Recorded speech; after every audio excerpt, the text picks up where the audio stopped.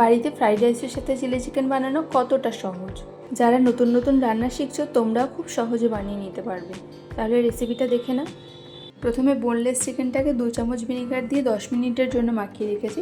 তারপর যে এক্সট্রা জলটা বেরিয়েছে ওটাকে চেপে ফেলে দিয়ে স্বাদ মতো নুন, আদা রসুনের পেস্ট, সামান্য একটু ডার্ক সয়া সস, সাথে গোলমরিচের গুঁড়ো আর একটা ডিম ফাটিয়ে দিলাম। এবার 1 চামচ ময়দা আর 2 চামচ কর্নফ্লাওয়ার দিয়ে ভালো করে মেখে নেব। কিন্তু ময়দা 1 চামচের বেশি দেওয়া যাবে না, তাহলে চিকেনের কোটিংটা খুব মোটা হয়ে যাবে।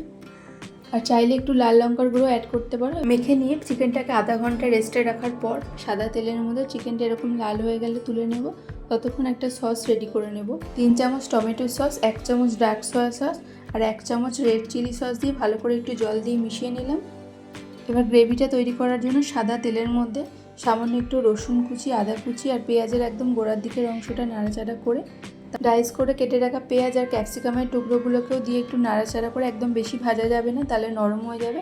সাথে ভেজে রাখা চিকেনটাকেও অ্যাড করে দিলাম, দিয়ে একটু নাড়াচাড়া করে নিয়ে ঝালের জন্য কাঁচা লঙ্কা কুচি আর আগের থেকে রেডি করা সসটাকেও দিয়ে দেবো, দিয়ে একবার ভালো করে মিশিয়ে নেব। তারপর ওপর থেকে স্বাদ মতো নুন আর সামান্য একটু চিনি দিয়ে দেবো, দিয়ে ভালো করে মিশিয়ে নেওয়া হয়ে গেলে পরিমাণ মতো জল দিয়ে দেবো। এটা একবার ফুটে উঠলে 2 চামচ কর্নফ্লাওয়ার সামান্য জলে গুলে রেখেছি সেটাকেও দিয়ে দেবো। আর ফাইনালি রান্নাটাকে শেষ করব ওপর থেকে একটু পেঁয়াজ পাতা ছড়িয়ে।